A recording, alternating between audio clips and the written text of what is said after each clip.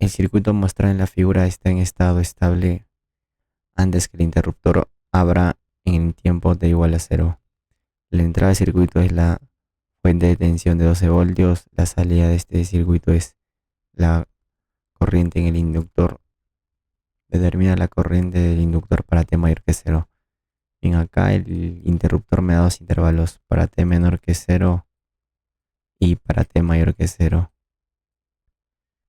En el intervalo para acá la gráfica me indica que en el instante t igual a cero este interruptor se abre. Entonces para t mayor que cero está abierto y para el otro intervalo está cerrado.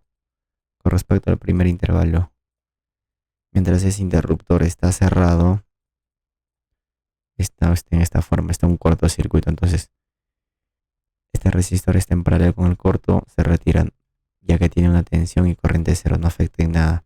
Ahora, el inductor está conectado a un circuito con fuente, eso significa que está cargado. Y cuando está cargado se representa como un cortocircuito, cuya corriente de este cortocircuito es la corriente inicial del inductor. Ahora, de la misma manera, este resistor está conectado, está en paralelo con el corto, y entonces también se retira, quedándome el circuito de la siguiente manera. Por la ley de voltaje de Kirchhoff, si esta es subida, esta es caída. Por la ley de Ohm, 2 amperios es la corriente inicial del inductor. Pasamos al siguiente intervalo para t mayor que cero. El interruptor está abierto. Entonces estaría de la siguiente manera.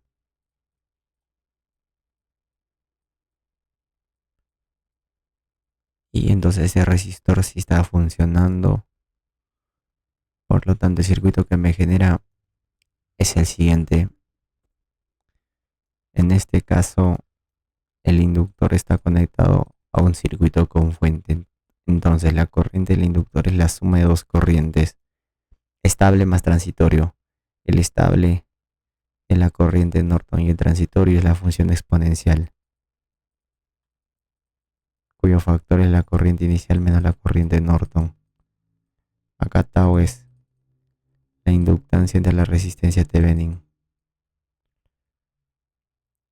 Por lo tanto, lo que necesito es el equivalente Norton entre las terminales del inductor. Para ello lo aíslo quedándome de la siguiente manera.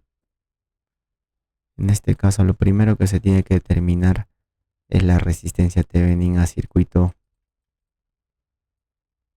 muerto, es decir, todas las fuentes independientes inactivas. En este caso, fuente de tensión a corto. Entonces, bajo esas condiciones, 6 y 6 están en serie, 12 en paralelo con 6, el doble de la tercera parte, 4 ohmios.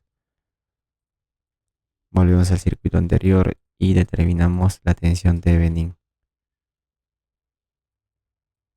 Y a partir de ello la corriente Norton.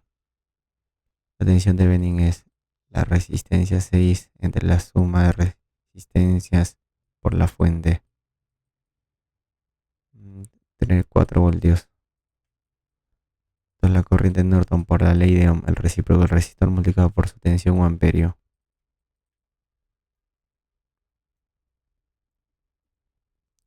Entonces tau es la inductancia 8 entre la resistencia Thevenin 4. El negativo del recíproco de tau es 2 menos 1 medio menos 0,5.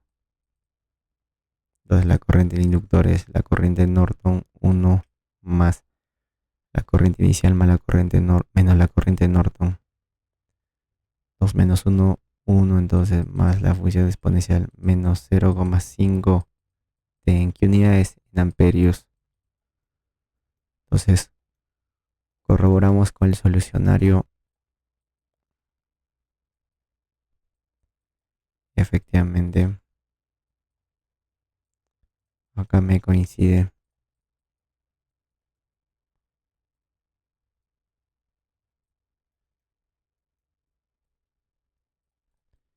Si quisiéramos graficar, sería de la siguiente manera. Tendríamos que tener dos datos en el instante, la corriente del inductor en el instante cero y cuando tiende al infinito. Recuerda que es una función continua la corriente de un inductor. En el instante cero es la suma de coeficientes 2 Y cuando tiene al infinito el término independiente, en donde se estabiliza en uno. Entonces sería, se estabiliza acá en uno, 2 para t menor que cero, la corriente es 2 constante, ¿no? Hay que ver. El instante cero sigue valiendo este valor y aumenta y luego desciende exponencialmente y se estabiliza en uno. Eso sería su gráfica.